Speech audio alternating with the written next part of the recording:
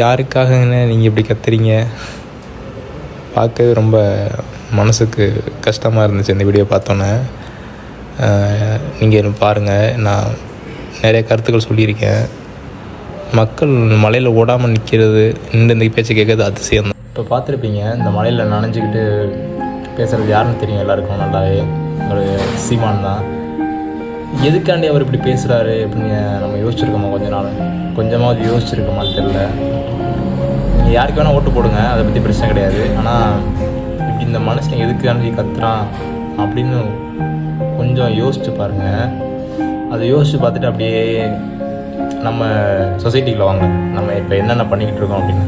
காலைல எழுந்திரிச்சு வேலைக்கு போவோம், ஸ்கூலுக்கு போகிறவங்க மற்ற எல்லா ரொட்டீனும் பார்ப்போம். இப்போ ஒரு பஸ் ஸ்டாண்டுக்கு போகிறோம்னு வச்சுக்கோங்களேன். அங்கே இருக்க டாய்லெட்டை பார்த்துருக்கீங்களா? என்ன நிலமையில் இருக்குன்னு தெரியுமா? எல்லாருக்குமே தெரியும் என்ன நிலமையில். உள்ளே போனால் ஒரு மூக்கை பொத்திட்டு தான் போகிற மாதிரி இருக்கும். மிஞ்சி போனால் முக்கியமான இடங்கள் சொல்ல போனால் அது திருச்சி பஸ் ஸ்டாண்டு இப்போ ஓப்பன் பண்ணியிருக்காங்க.